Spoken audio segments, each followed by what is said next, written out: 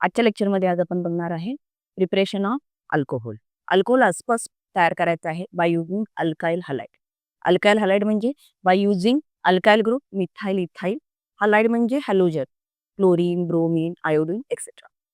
So first method using aqueous alkali. Aqueous alkali कुठे वापरायची? KOH और NOH, पोटॅशियम हायड्रॉक्साईड और सोडियम हायड्रॉक्साईड.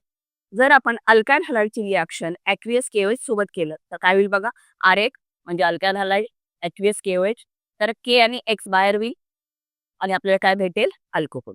एक्झाम्पल बघितलं तर इथे घेतलेलं आहे मी मिथाइल क्लोराईड, सिंगल कार्बन आहे, सो मिथाइल ग्रुप अल्काइल कुठला होईल? मिथाइल.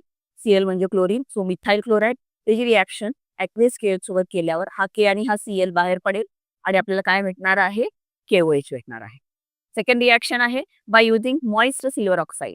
काय वापरायचं आपल्याला? Moist silver oxide. Moist silver oxide तयार करण्यासाठी आपल्याला लागेल सिल्वर ऑक्साईड, की ज्याच्यामध्ये आपण काय मिक्स केलेलं आहे? वॉटर. आणि सिल्वर ऑक्साईडमध्ये वॉटर मिक्स केल्यावर काय तयार होईल? Silver hydroxide. तो अल्काइल हॅलाइडची रिॲक्शन आपण जर सिल्वर हायड्रॉक्साईड सोबत केली तर काय होईल बघा. Ag आणि हॅलोजन बाहेर पडतील in the form of AgX आणि आपल्याला काय मिळेल? अल्कोहोल.